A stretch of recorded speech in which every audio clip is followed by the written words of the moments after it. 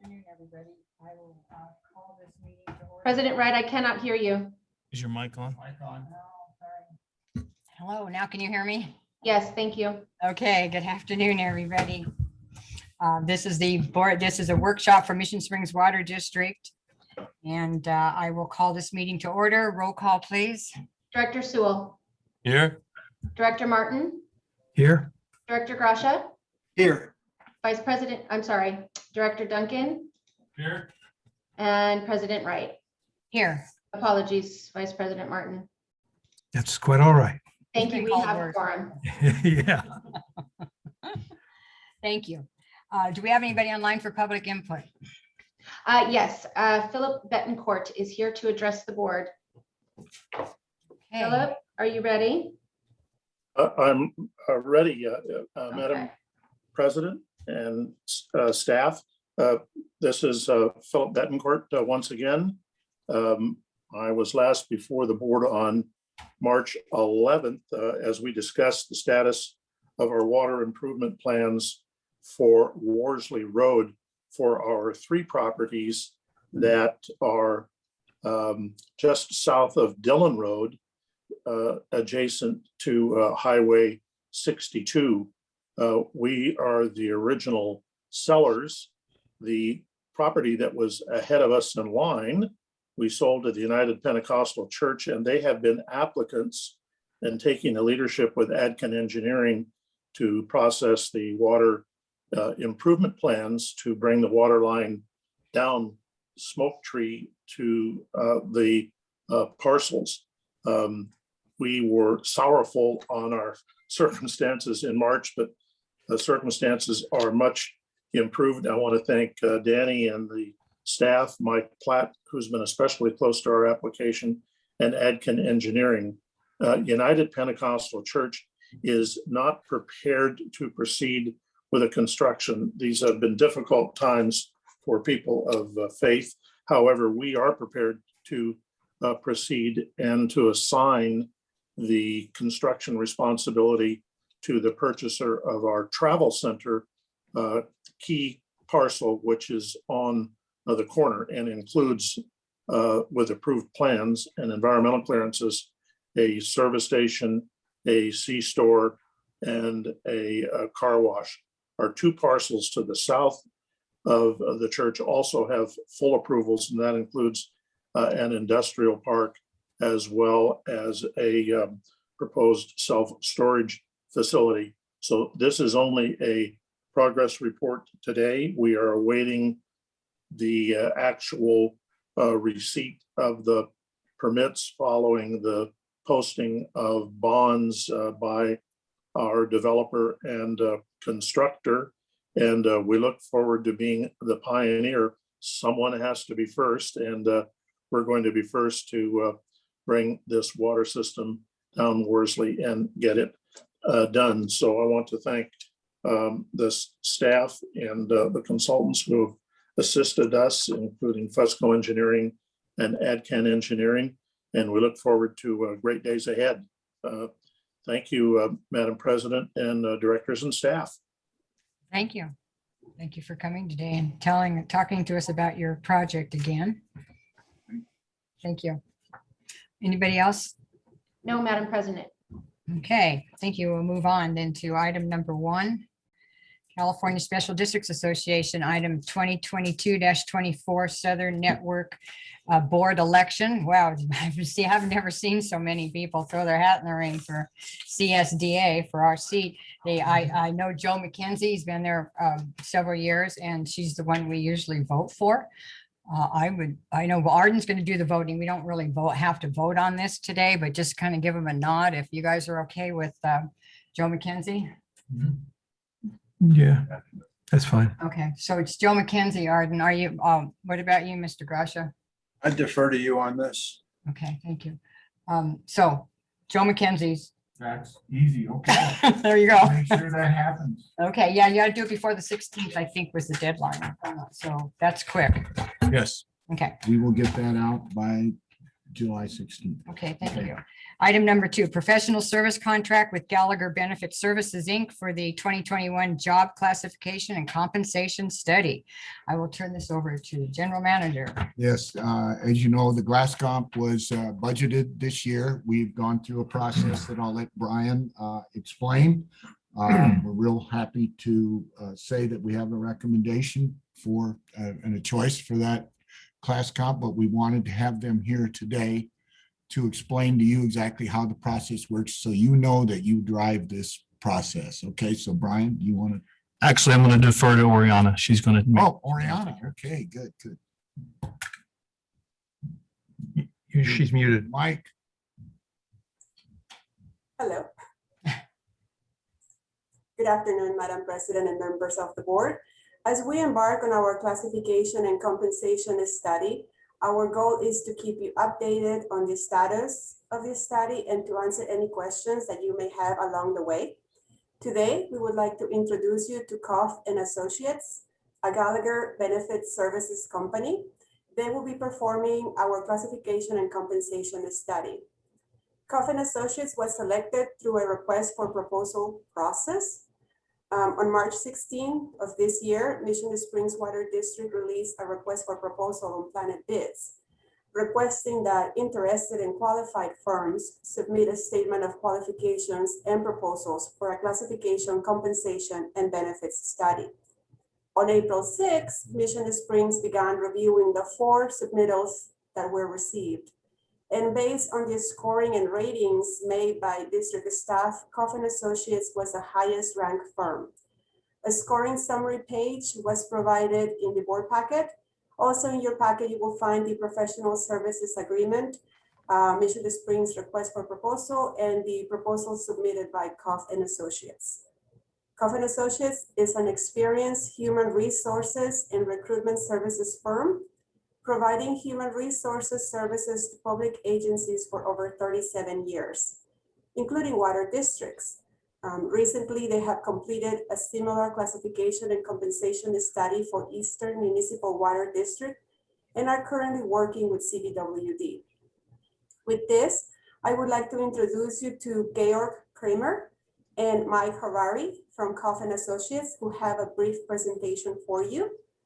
Georg and Mike, thank you for joining us today. The floor is yours. Thank you, Oriana, Madam President and board members. Very glad to be here. I'm going to go ahead and share my screen. Can everybody see that okay? Yes. Yes. Thank you. I will just spend a few minutes, or Mike and I will spend a few minutes just introducing you all to our firm and to what the process is going to look like. Coffin Associates, as Ariana mentioned, we're now a Gallagher company that's still new to us. We're merging with this wonderful organization and are excited about that because it gives us access to a lot more resources and tools that we're going to be able to provide to our clients. And we're able to maintain our culture and people and everything else. So we're very happy about this evolution of Coffin Associates. We've been around for 37 years, as Ariana said. We specialize in providing many different HR services to public sector agencies, but classification and compensation studies are really our bread and butter. And within that field, we've grown up as an organization, mostly serving water and wastewater special districts throughout the state of California, and have expanded from that to serving pretty much any type of public agency in California and the Western region. One of the things that's very important about our process is that it's very collaborative, it's straightforward, and it's inclusive. And so we certainly will look for opportunities to bring information to the board, receive your direction, provide any professional expertise and guidance that you may be looking for from us as your subject matter experts, and certainly look to the board to help us drive the study forward.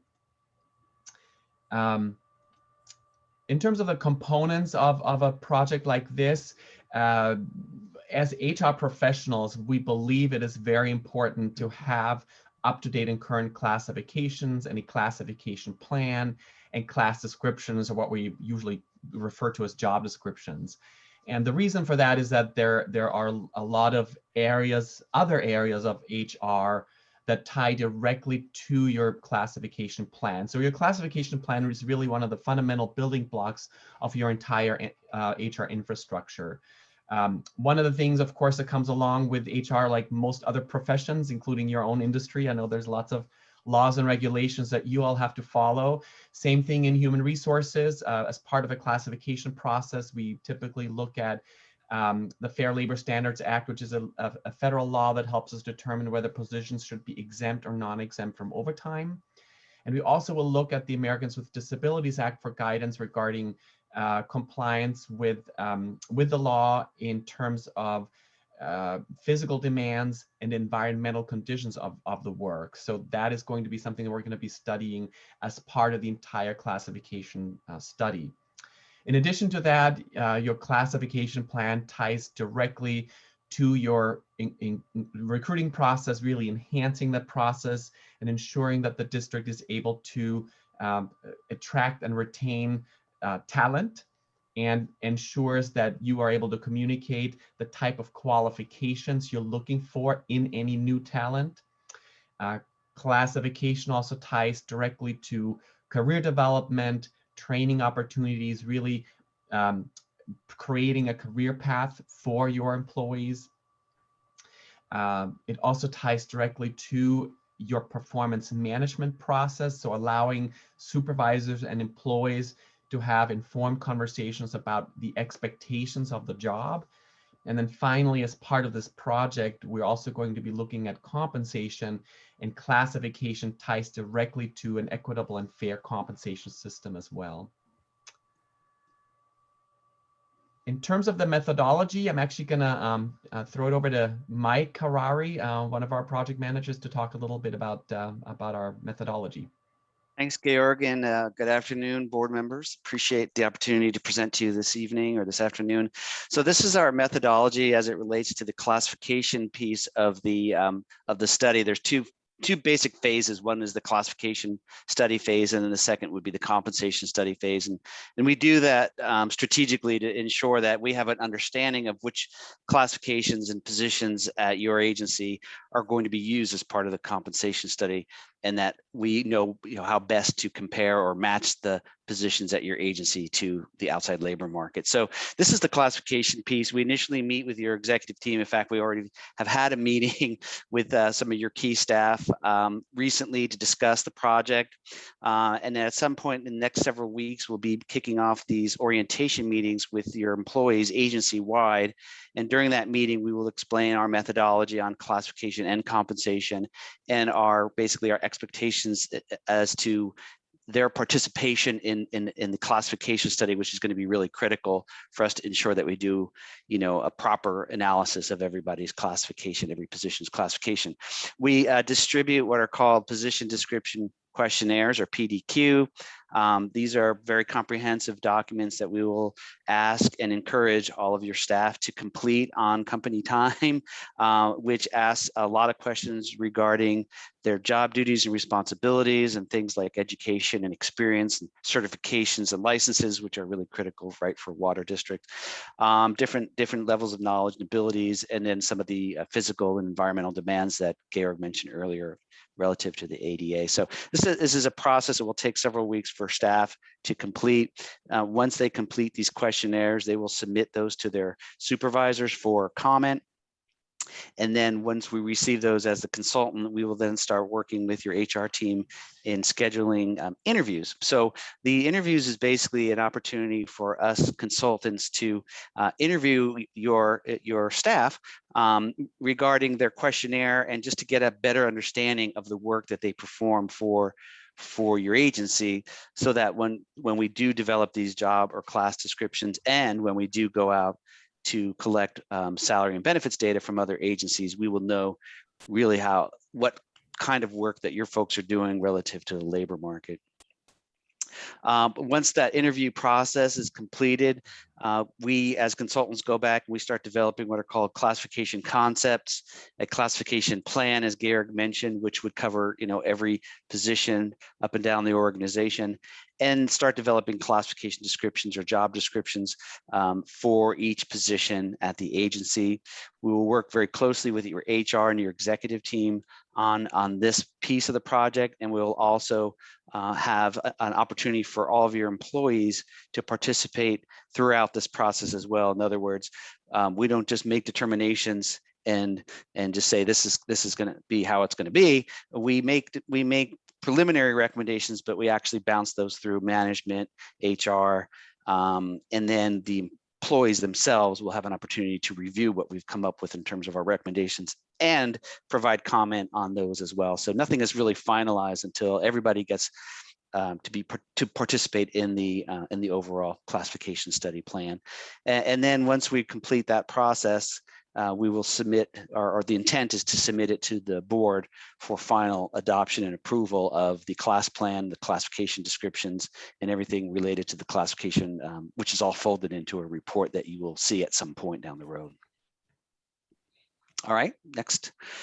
Do you want me to continue, Garrick? Okay, the compensation study. Here's a bit of an overview of the compensation study, the methodology that we use on comp studies. So there are 3 key elements that are involved in any compensation survey, as outlined on the slide. One are the comparator agencies, and this is which agencies would you consider in your labor market that you believe that you are competing for talent and or losing talent to, and this can include obviously water districts, special districts, municipalities, cities, counties, any type of public sector agency.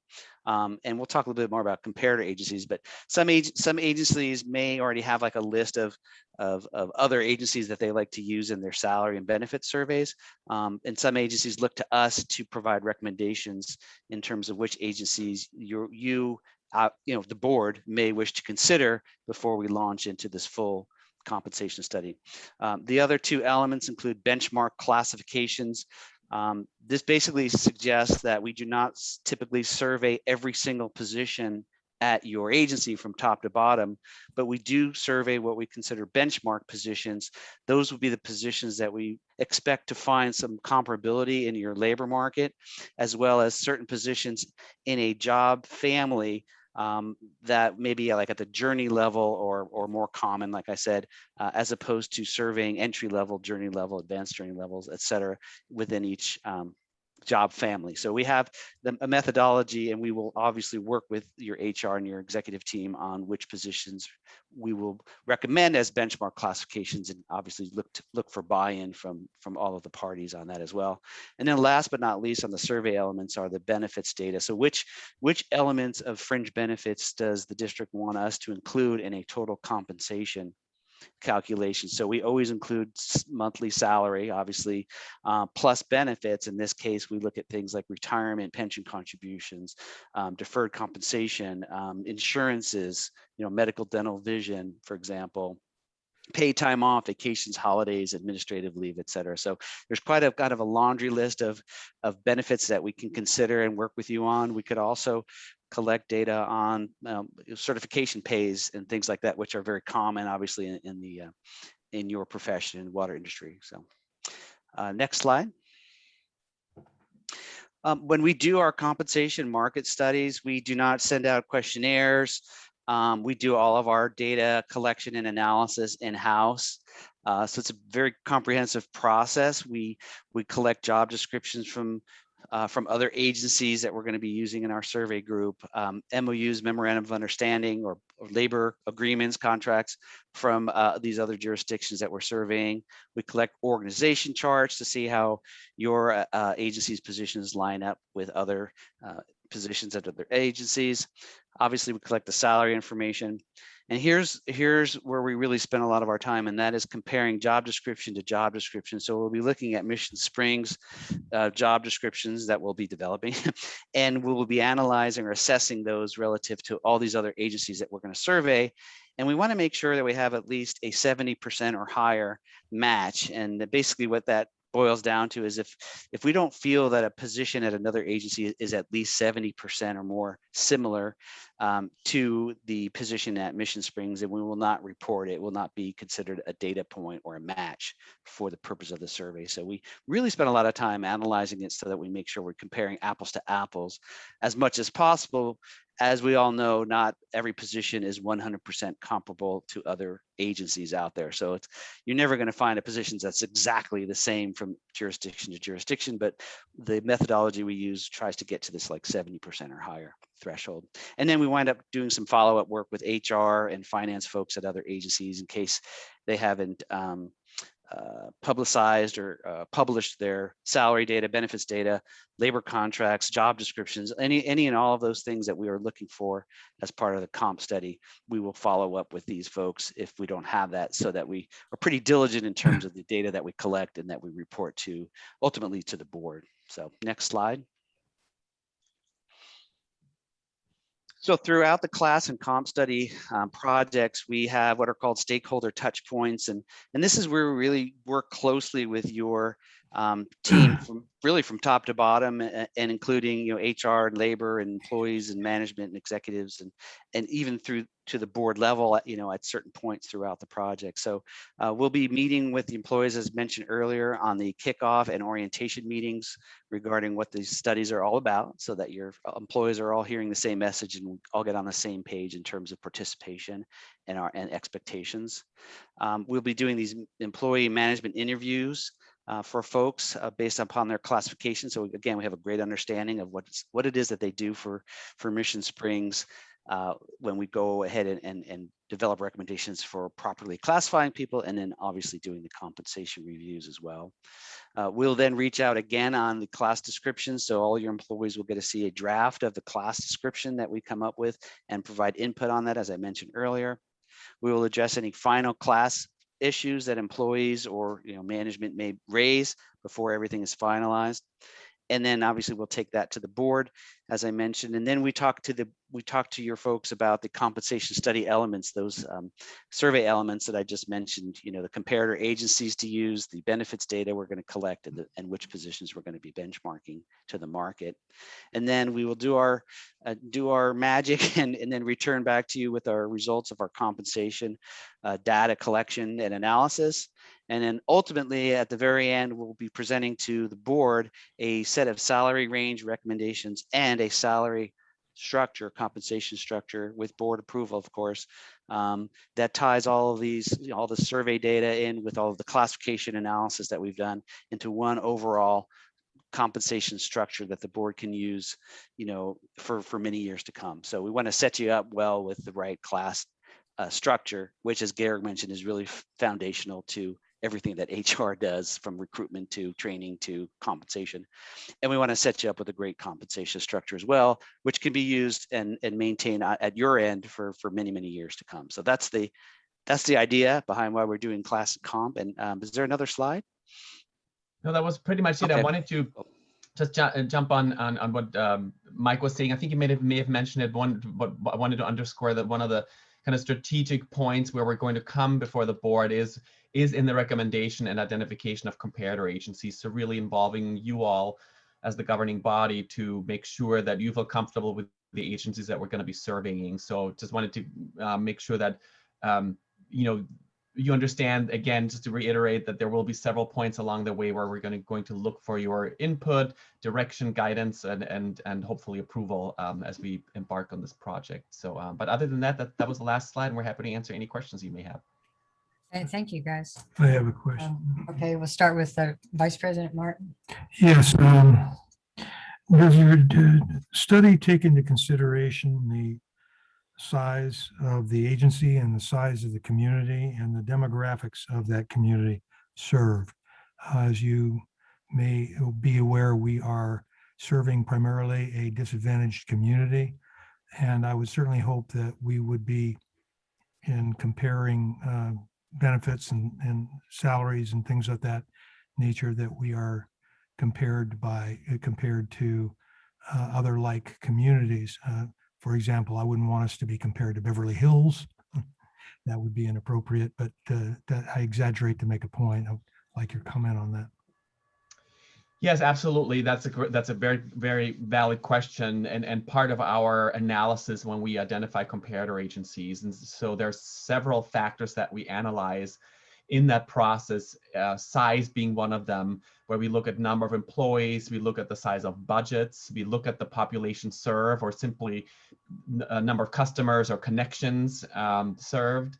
We certainly also look at geographical data, including simply the distance from any agency that we're going to be surveying compared to Mission Springs Water District, so that we can identify, whether an agency is in your general labor market. Of course, Coachella Valley being a very unique geographic market and labor market. And if we are going outside of the valley, then really also looking at cost of living and cost of labor. So those are also very important factors that we analyze. And based on all of those factors and our analysis, we then come back with a recommendation regarding comparator agencies.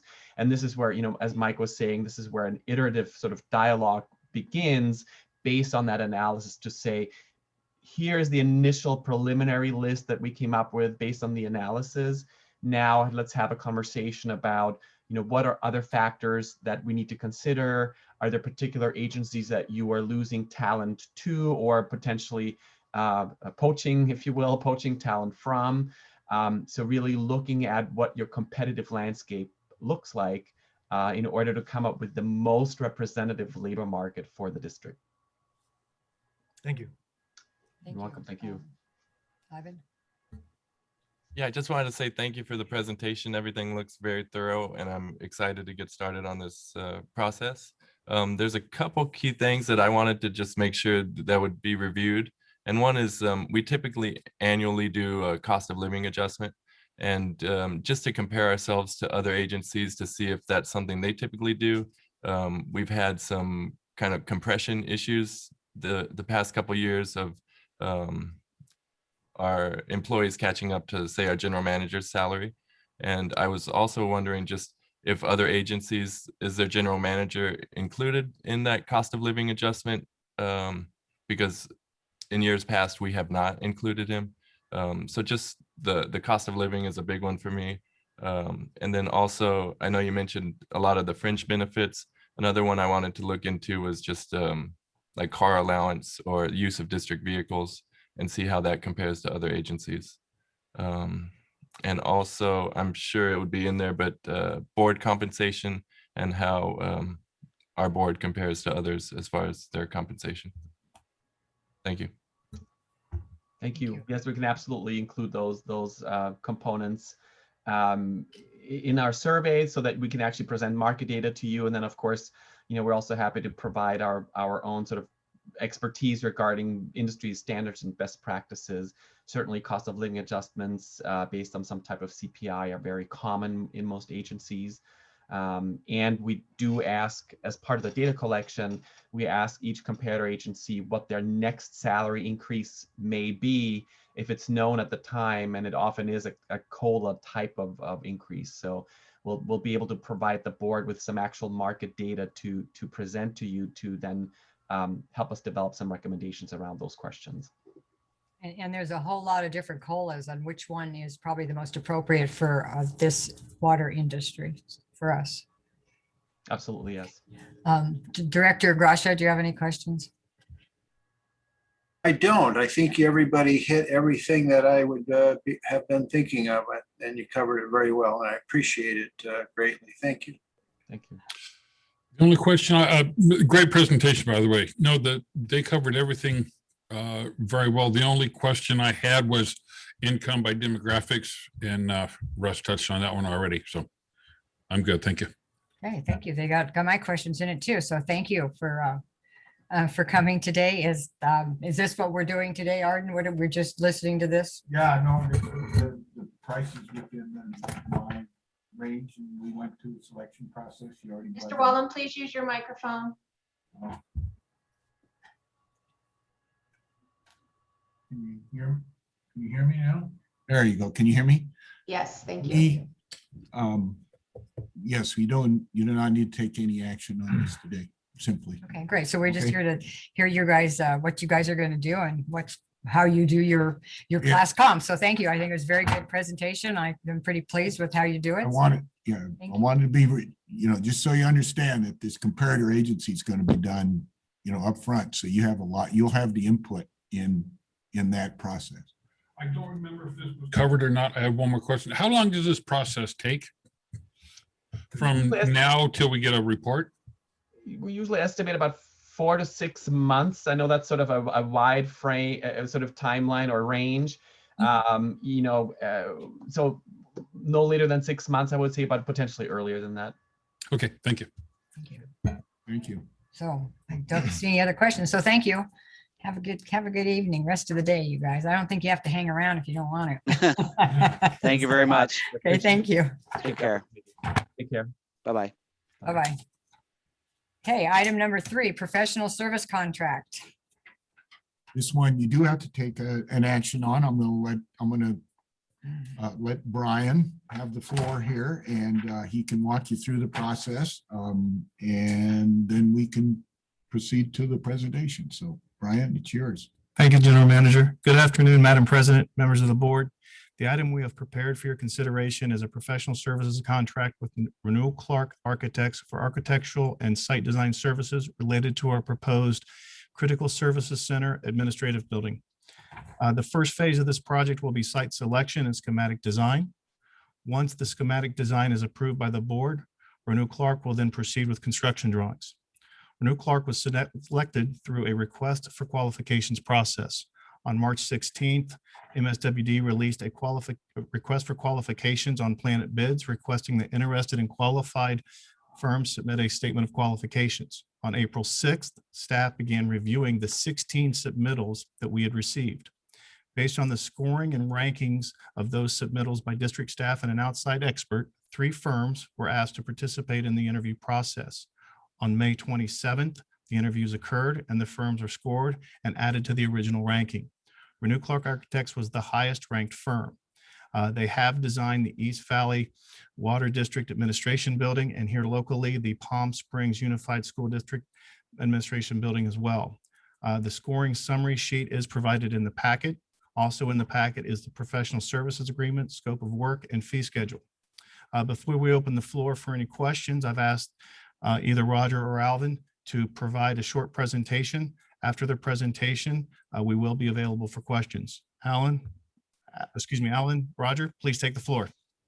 Thank you, Brian. I appreciate having you ask us here today to give a brief presentation. Alvin, if you could share your screen. Coming up right now. Let me know when it comes up for you. Can everyone see this and everyone hear me okay? Yes. As I said, we're pleased to be here. If we can go to the next slide, Brian. Real briefly, our team, one of the things that differentiates us a little bit is, as the president, I'm very hands-on in terms of the initial visioning and planning and staying involved throughout the life of the project. Alvin Flores will be your project manager. He's also an associate principal and a lead AP. And really that brings a level of expertise in terms of sustainability and energy conservation to the team.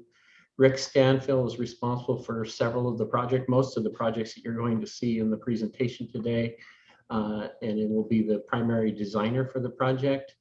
Denise De La Rosa and her interior staff will be involved throughout in terms of picking the colors, the materials, and reviewing those with you. One of the things that I think differentiates us also is just the collaborative nature and the way we work. We want to create the vision with you, with your executive staff, your board, and any of the stakeholders that you want to have involved in this, and make sure that it's truly the facility that you want to have. On our interview team, we also had Jeff Miter, who's civil engineer, and there's a whole host of people that are kind of behind the scenes, but these are some just the key players. So Brent or Alan, if you could go to the next slide. So I just kind of want to give a brief firm overview, kind of our process, a little bit about the East Valley Water District, because it's very similar to the project that you're contemplating, although certainly it will probably be unique here and hopefully will be. Some other related experience, and then why we think we're a good match for your district and for this project in particular. So we've been in business for 71 years. We've been working in the Coachella Valley for 26 years, have probably done about $1.2 billion worth of work in terms of construction value in the valley, mostly with the local school districts, Palm Springs, Desert Sands, and Coachella. But we really work almost exclusively with public agencies and have worked with a number of water districts and also school districts in providing administrative facilities. We're currently at 79 employees and we work from 2 offices, but primarily we're from Riverside, and we'll be working from our Riverside offices and remotely and very much hands-on in terms of the way we work. And we'll match up with however you want to have the services performed. Alvin, if we go to the next page. So real quickly, what we start with is that site analysis. And one of the things that, you're looking at multiple sites. And so one of the things we want to do is in kind of in concert with the visioning for what you want to achieve, what kind of facility you want to have, what kind of work environment you want to have. We want to perform that site analysis, because depending on what we build or what we design and what we bring forward with you, that's going to have an effect on cost. It's going to have an effect on how you work and how you move around and how you collaborate with each other. And then we move into, before, we create that vision and that kind of understanding of where you want to go with the project before we get into design. And then we're doing the schematic design and creating those images and those kinds of things. And we're going to show you some examples in a moment. And then moving towards approval and then on into construction and hopefully show you the final result. Alvin. So I'm just going to give you kind of an overview of the East Valley Water District. It's probably the closest one to what you're trying to do. This was they were actually in a shopping mall for their existing facility, and it was not very customer friendly, not a very good working environment for their staff, low morale, and they were having issues. And so the board and the general manager at the time said, we have to change the way we do business. And so came to us and said, we have a site, we have an idea. I want to bring our people together. I want to have collaboration. I want to have a great working environment for our people and for the district. And we wanted to have something that enhanced the community. And so those were kind of the founding precepts of what we started with. We can go to the next page. And so, as I said, we started with kind of the site analysis, and they had this beautiful site up against the mountains, and they had an orange grove, and then they had some ideas of what they wanted to do with it, the views, the solar orientation, all of those kinds of things that went into that analysis. And if you could go to the next page, go through these fairly quickly. What we started looking at is, how do we want to have the public enter into the site? How do we want to interact? How do we want to have them come in and interact with the staff at the site? Because that was an important concept that they wanted to have. But then how do we create an area for our employees, and how do we work together? And so for the field staff and the operations building, and how do we keep that separate? We looked at ideas of having a separate area for the board members so that they could come in kind of from the back. They're not necessarily coming through the front door of the facility. We looked at community gardens and demonstration gardens, and they actually talked about a master gardener program as a part of that. And so a lot of it was based on that community outreach concept. And that may not be the same thing that you want to have, but I'm just kind of explaining the process we went through here. But there was a lot of ideas and thoughts that went into the design of the project and of the building. And then if we can go to the next page. So a lot of meetings, a lot of visioning. Some of the pictures here are actually from Palm Springs and that operations center and their district offices. But it's having an understanding of how you function and how you want to function and how you want to work. And hopefully we bring that to the table, and also bring out those ideas and kind of creative concepts that we can bring to the table and help you get the vision and the facility that you want and what you need. Let's go to the next page. And so this was kind of, an initial study and not the way it actually turned out, but some of the things are there. The boardroom, the community center, those kinds of things are very much up front. Immediate access from the public. Customer service right next to that. So those public functions are to the front of the building.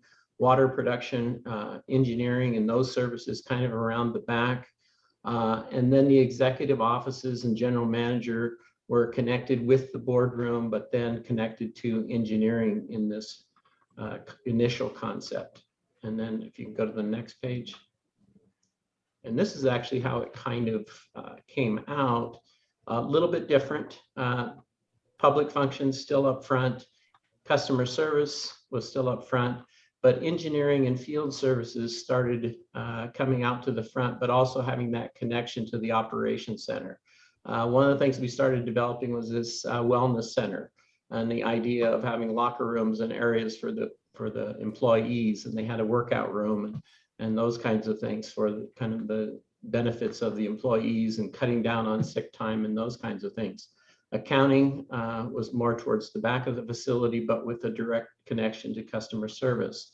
And then break room and support facilities off of one corner with a connection to the outside. And then the executive offices were again connected to the boardroom. And then the boardroom was connected to the community and to the outside event area.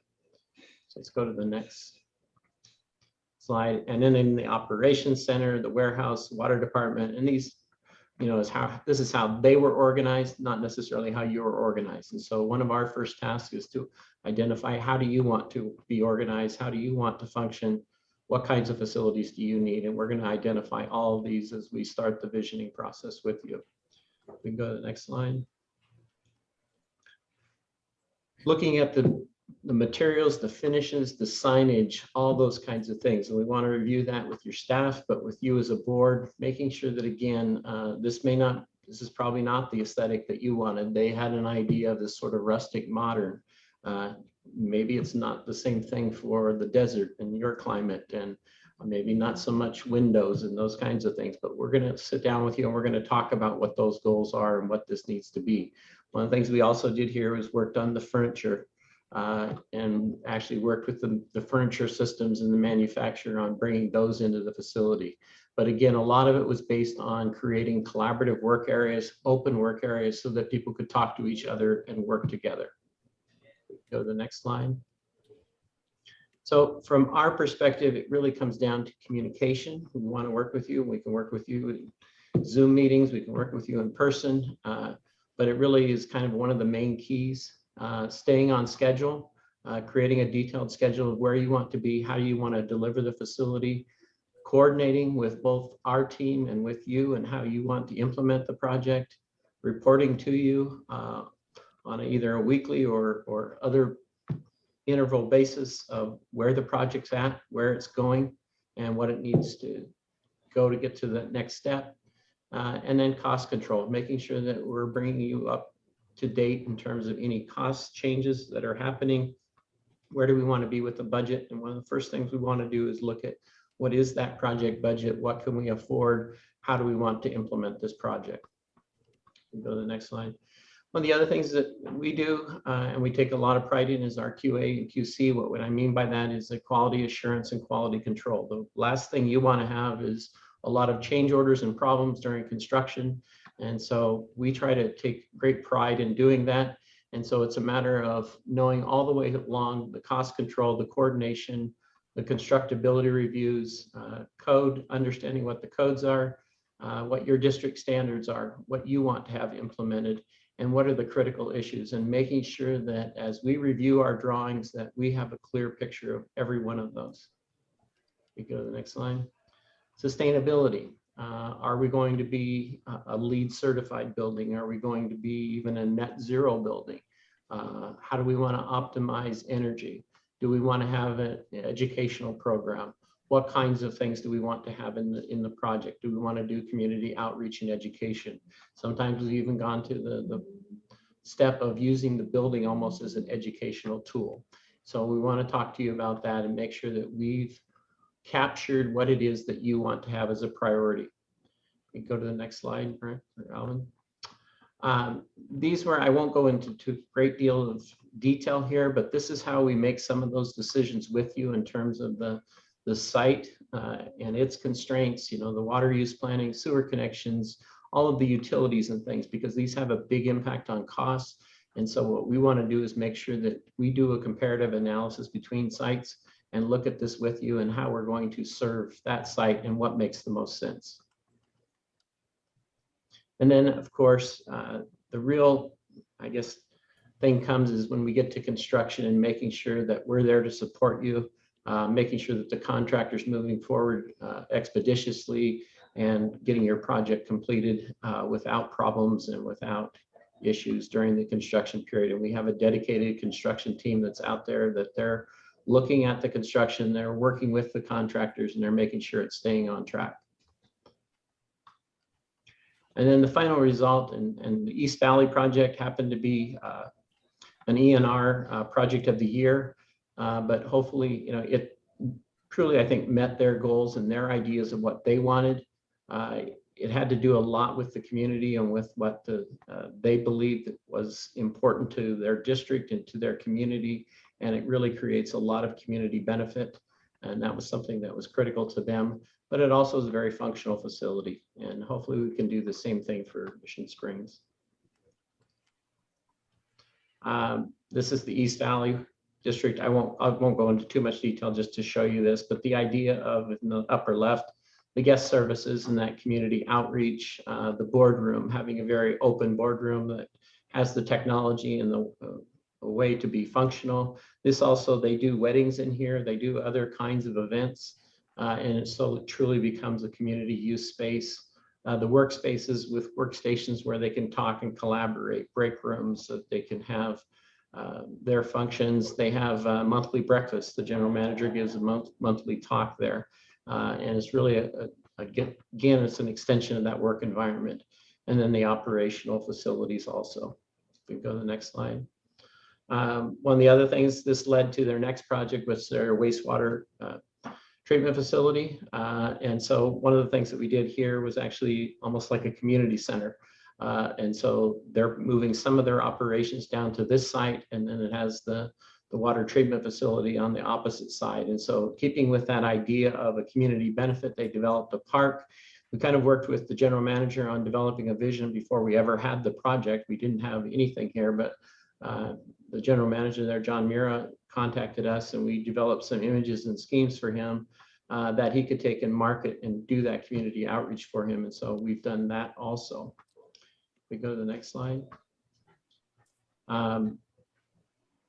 From the operations, and I won't go into too much detail, but you know, looking at the operations center, how do you want to work? How do you want warehouse? How do you want, what kind of supplies do you want to have? The automotive, those kinds of things. What kind of repairs do you want to do? What do you want to have in your facility?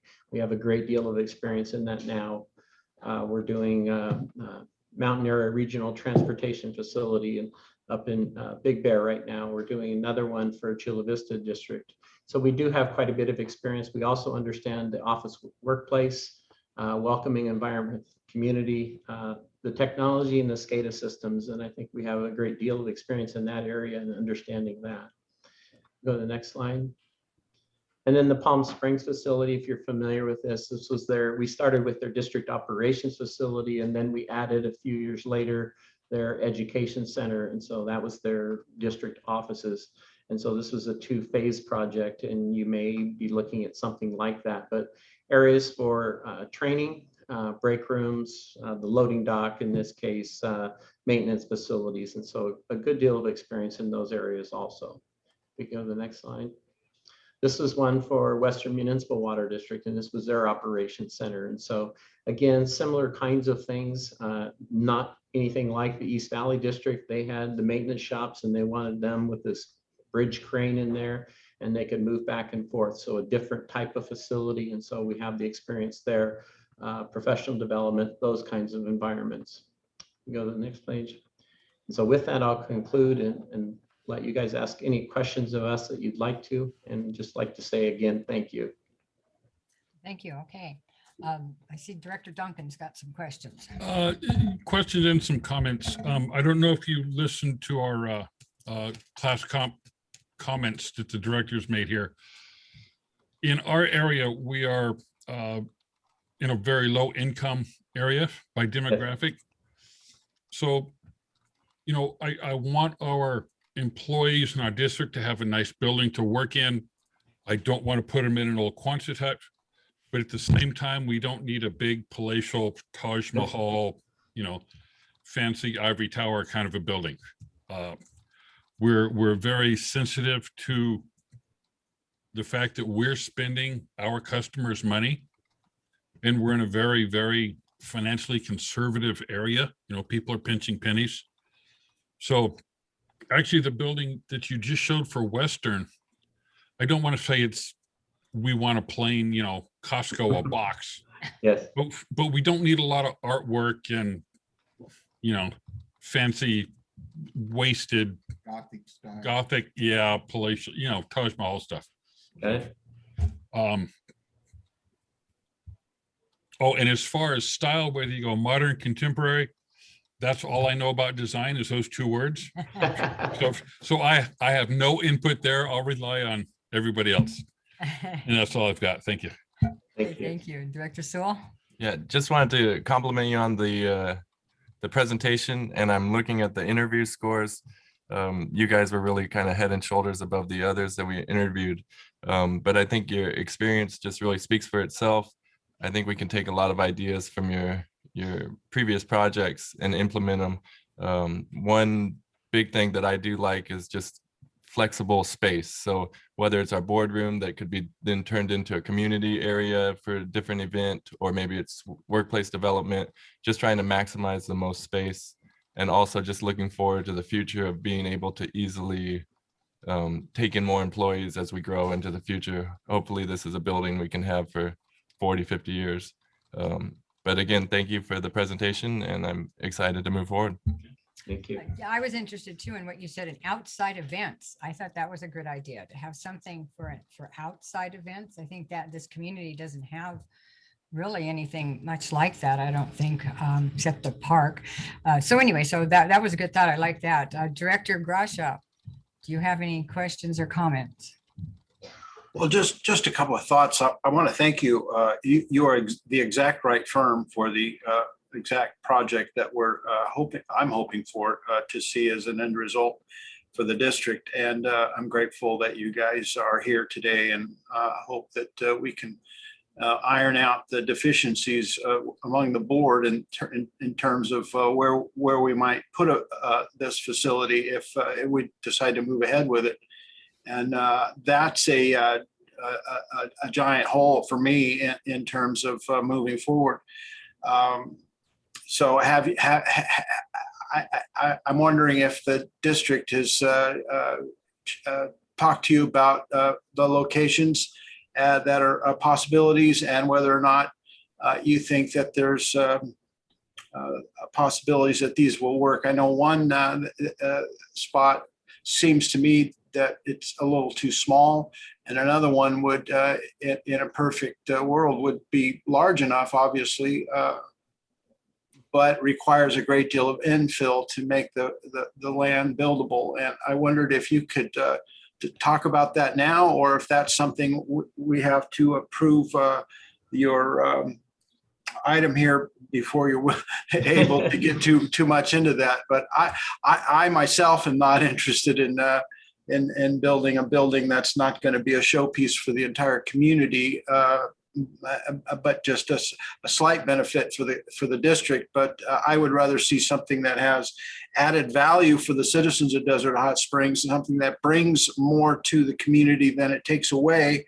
And that's why I've been looking at a piece of property that we don't even own, and still want to see this board be pushed toward doing what I think is the right thing in the long run. And I wondered if I shut up now, if you might be able to pick that up. I would say to you, it's not a matter that I can't, speak to it because we haven't, ratified a contract or anything, but it's really, I don't have enough information. And so I'd be speaking out of turn a little bit. One of the things that we want to do is plot where those utilities are coming from. We want to look at the soil conditions. We want to look at, do we have any data in terms of geotechnical information? Do we have any kind of faults or any kind of soil conditions? We've run into sites that are, much more expensive to develop. They were maybe a better fit in terms of their location or something, but because of groundwater or some other issue, they became problematic. And so I would hesitate to make, I guess, any declarative statements until we do that analysis. But we can certainly look at, almost any site and come up with some really comparative analysis of what are those factors that make one site superior to another? And so I would hesitate to say too much definitively until we've done that work and that study. Director Sewell, did you already make your comments? It was you. No, I have nothing. Okay. Okay, yeah, it's, so what is it that we're actually voting on today, Arden? Well, we went through, made the selection to choose this, the process to, choose the architect. They were clearly, the selection or the top on the list. Today, we would need to decide whether you wanted to proceed with our contract with them. And I don't know if Brian or somebody wants to get into the phase or what that would accomplish. We can at the board's pleasure. Right now, staff's recommendation is to authorize the general manager to execute the contract not to exceed amount of $1,072,200, which is the entire project. That's from start to finish. That includes the feasibility phase as well as design, construction, drawings and things of that nature. But yes, staff has reviewed their scope of services. It seems reasonable. The appropriation has been budgeted in the capital improvement program and as described in the financial impact session. So we are asking for the entire contract today. And then from a staff perspective, we'll decide when to move forward from the feasibility to construction drawings. And then they would guide us through all these processes that you would want to see. But these, these architects, especially the ones we've selected, are very experienced with working with boards like us and bringing forward all of the concepts that we should be thinking about and the ideas we should be considering in any phase of this construction. And so I'm excited and would recommend that we move forward. I mean, where it takes us is we do need to move forward and we need to have somebody help us through that process. Just for clarification, this is only for the design of the project, correct? No, it's the whole. The feasibility study to start the project is we would But consider. it doesn't include the construction, because you mentioned something about the construction. Oh, yes, this at the second phase, if you will, does include a construction component. Construction documents, bidding phase, That's what I'm construction asking. administration, consultant construction documents and closeout. So it does take us all the way through construction. But they aren't doing the construction. That's what I'm asking. Oh, I'm Does it include the construction is what I'm asking? No. That's why I did, no, I I'm did, sorry. I Not the construction cost of the. it wouldn't be, No, what I was going to say, not for that price. No. You mentioned construction, I just wanted to clarify. No, I'm sorry. Yeah, but okay. But will they be there during the construction process overseeing? Is that part of this? Yes. President Wright, please use your microphone. Oh, it is on. Okay. Okay, does it include through the course of construction at all, this contract? Yes, it does have a component of construction administration Okay, included. overseeing the construction as an architect. Yes. But yes. not as construction management is my guess. Is that right? That's correct. And that's a big that's a big deal right there. Not that it's not I know something. these guys are the architects. They would work with the general contractor. Yeah. Who also would not be the construction manager. I don't, normally there's the architect, the construction management company, and the general contractor. Maybe not, but what I'm familiar with is that there's typically somebody that's keeping track of the overall part of it, and I don't think this contract includes that. My concern is, again, I want to, we don't have a place where we're going to move forward. The board agreed that the Two Bunch Palm site is going to be the spot, and if that's where the board wants to lean, I'm all,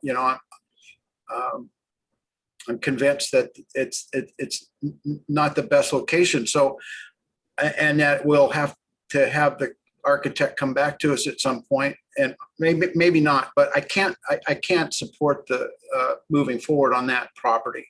But you have the right architect with the right experience, and but you have the wrong location. So I won't be supporting it unless we are able to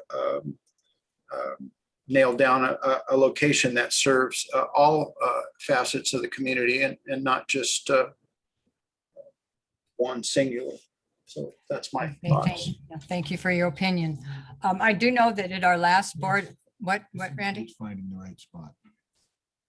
Well, I don't know. I think the board already basically said they thought that the 20 acres on Two Bunch was the right spot. Am I wrong in that, you guys? No, but if they go out there and they say, look, in our 70 years of experience, we don't think this is the spot, and here's the reasons why. Well, we're not committed to that. I mean, if they don't think it's a good spot for one reason or another, I'll certainly take a look at that. Okay. Well, as far as development and Desert Hot Springs goes, I know that some of the spots are very close to where 420 condominiums are going to be built and another 120, what do they call it? The apartment building, low-income apartment building, also by the library there. That's a whole lot of traffic coming out onto Palm Drive. I'm not crazy about having it, the district pull out onto Palm Drive at all. The traffic there is already horrendous during the time, the season, let alone when you add all those residentials and the libraries there now and the community, or they call it, what do you call it? The county building is there now. I'm pretty, and as far as the 20 acres go, as far as dirt goes, we got plenty of dirt on that property to move around, but also we're building a wastewater treatment plant very close by. We're going to have a lot of dirt, and it's basically in the same wash. So it'll be the same fill dirt that's already on the property. So that's always a good thing. Anyway, so as you can see, we have this issue about the 20 acres, which I think, as far as I know, the 4 board members, if I'm right on this, we want to know about that one first. Is that what we're looking? I mean, is that what we haven't made a final decision on the property, but at the same time, we're leaning towards that property. That one, the size of the lot of the land, 20 acres is great. I also could see possibly there's a lot of marijuana grows around there. They have a lot of security. I know that they have tons of security up and down there, so the security would be good. But also, I forgot where he's going to go with that. I know that they need parking. That they don't have much parking out there at their grows. I was thinking possibly maybe a portion of the 20 acres we could lease them some parking or something, if that was it, so we could utilize and make some money off the property. That was just a thought. Anyway, so I think there's a lot of options out there, but find out about where the city's growing and where all the traffic's going to be too. There's a lot of Two Bunch Palms is an industrial park. To me, that's location as far as the water district goes. And there's a lot of projects, not just the condominium projects, a lot of projects planned for Palm Drive. Palm Drive, it's going to be a mess as far as traffic goes eventually. But I think that the architect can help us through evaluating all of those issues and identifying them. And this would be the biggest for having everything on one site too, I think. Go ahead. I had a quick question. If we were to move forward with the contract today, do you have a rough timeline as far as how long it would take to evaluate our top 2 sites and give us some recommendation and a little bit more input as far as to us to make that decision? Yeah, you're probably looking about a 6-week time period, depending on how much information we have on each one. That's good. I'm sorry, I didn't hear that. 6 weeks. Oh. Okay. Thank you. We're going to hold you to that, by the way. So, okay. Do it in that time frame. Okay, so I guess then you guys are all happy with that, right? Okay. Yeah. Okay. I would move the item. Yeah, and I'll second it. Okay, I have a motion and a second on the floor. Roll call vote, please. Director Sewell, Yes. Director Grasha, No. We're going to do them all. We're going to look at them all, Steve. Go ahead. Director Duncan, Yes. Vice President Martin, Yes. President Wright. Aye. Thank you. Motion passes. Thank you. Real quick, Roger, Alvin, thank you very much for your presentation, taking the time today. Appreciate it. Thank you. Thank you. I like what they said too about community outreach. So that was cool too. Okay, general manager's comments. Thank you, guys. Nothing really to report today. Hope you all have a good 4th of July weekend. And we're working on a number of different things, and it's going quite well.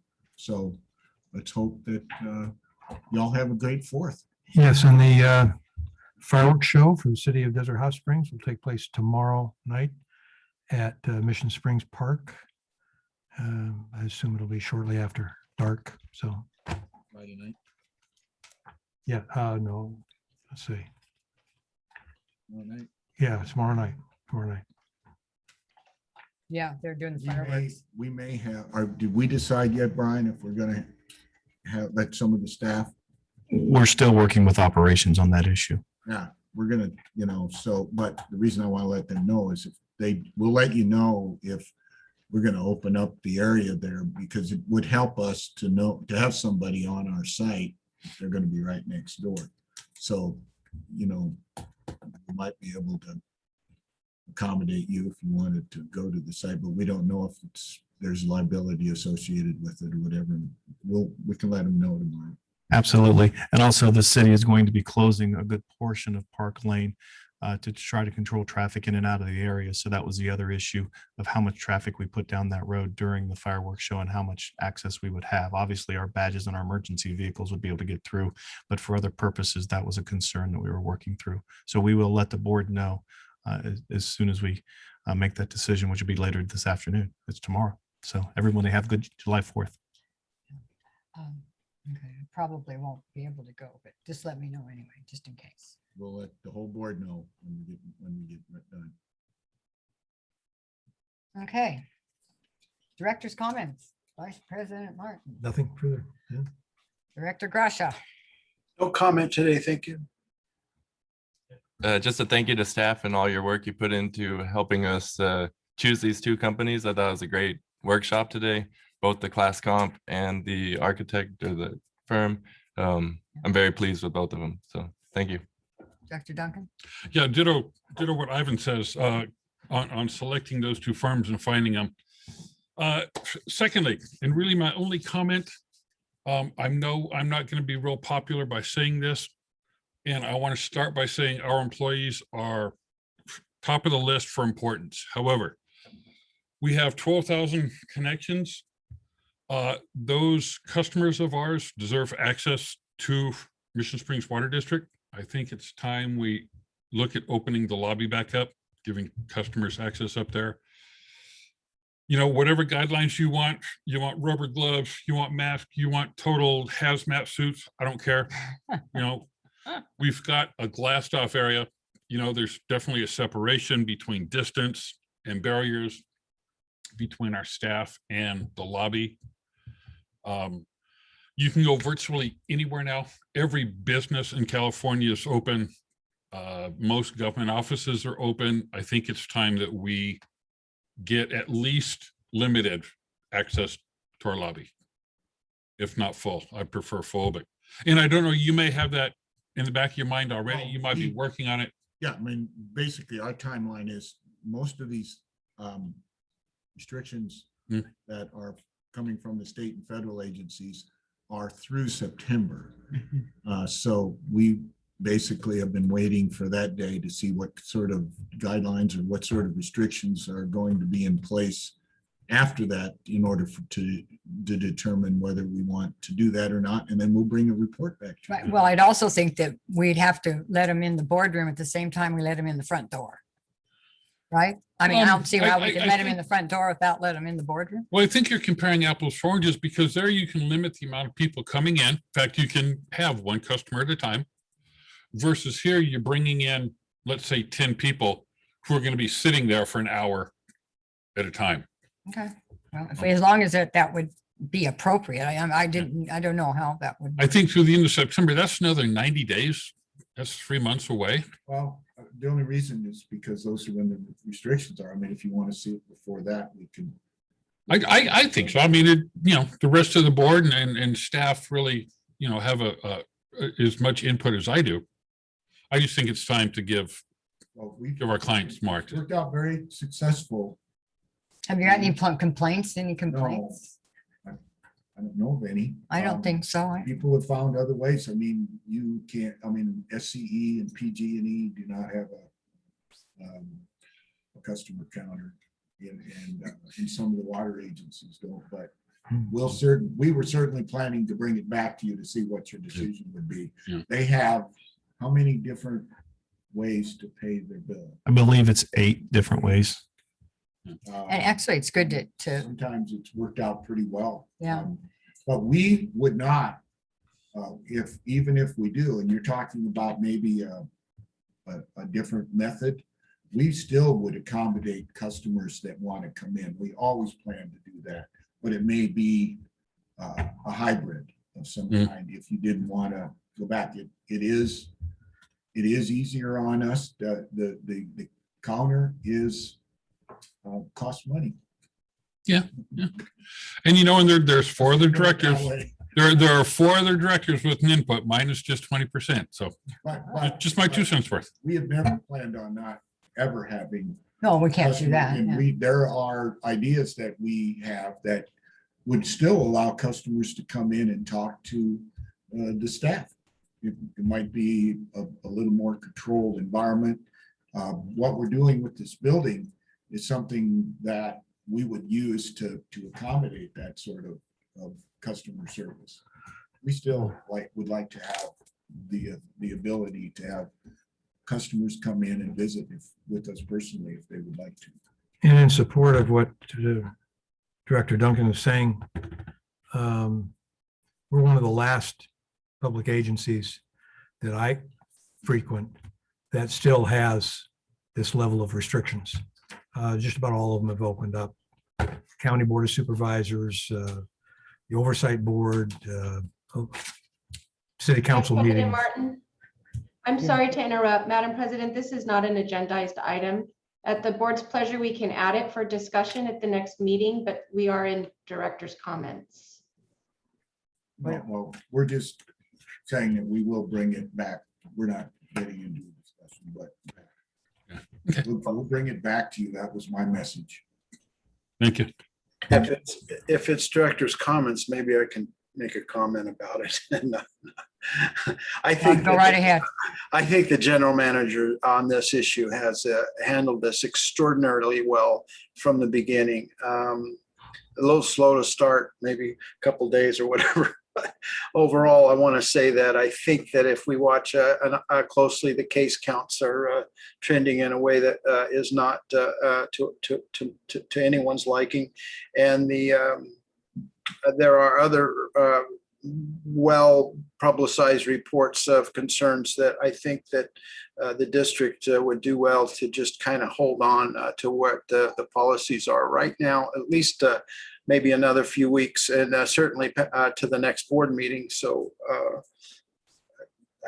I understand your frustrations that you want to be able to swing the doors open, but I just fear what could occur if the virus got behind the glass. And we're so lucky.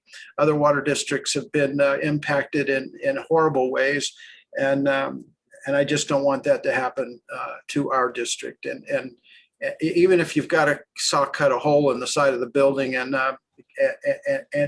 to serve, accept payments that way, if that's something then do it.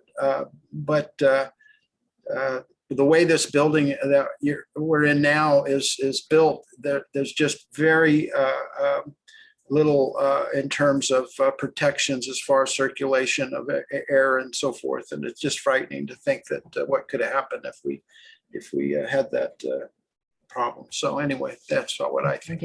I think you already know that. So there you have it. Thank you. Thank you. Did I already get you 2 comments? I already got you 2. You got you 2 comments. Okay. I went to the Desert Hot Springs Library ribbon cutting the other morning on Saturday morning. That's a beautiful building too, by the way. In fact, Eduardo had talked to Pete about maybe making all the county buildings basically that same architecture, so you could point them out. There's a county building. There's a county. Anyway, so it's a beautiful library. I'm just so excited that Desert Hot Springs got this library. It was really nice, a very, very nice ceremony that they did and whatnot. Let's see. And also a little bit about that email, Arden, that you sent us about the budget update from Rosanna. That tells where well, hopefully the budget's not signed yet. I keep saying that, but it's been promised anyway. They voted on some of it so they can get paid. Our legislatures are getting paid, but the budget's not really voted on yet. So anyway, but all this money here, I believe would qualify for more of this money than what we've already qualified already for. So we're gonna have to keep an eye on that. That was We'll do what I that. wanted to say. And I also, the water quality report, mine came in on Saturday. I don't know if you guys all got yours. It's Got mine too. great. I got a question about that. It's really nice. It came out at a perfect time too. Saturday. It says it's the 2020 water quality report, but we're in June already. Yeah, but Is this last year's or is it June to June So- or June to July to June? It's always supposed to be the previous year. Yeah, it's based on the testing results from the previous year. Then they give us 6 months to put together the package, if you will, to show the water quality results and some of the other required texts that's required by the Kind of state. the Yeah, rule. it's a consumer confidence report for the previous year. There's the calendar year. This is for last year. Yeah, I yes. didn't know if it was an oversight typo or if it was actually Nope. last year's. But ours does look different than most. We do actually give them a list of the numbers. You don't have to go to a website and work your way through the matrix. Most of it's just chemical analysis. Well, that's true, Percents. but we try to I do mean, the other- best, Other reports. but we try to do the best to give you what we think, what tells you exactly what the standard is for that particular constituent, so that you can get some idea of where we fall within. And we have a really good water, incidentally, so we're proud of it. yeah. Okay, so that, very good, you guys. Okay, nothing else. What else do we have on the agenda here? Nothing. We're all done? All done. Okay, meeting adjourned. Thank you, everybody. Thank you. Thank you.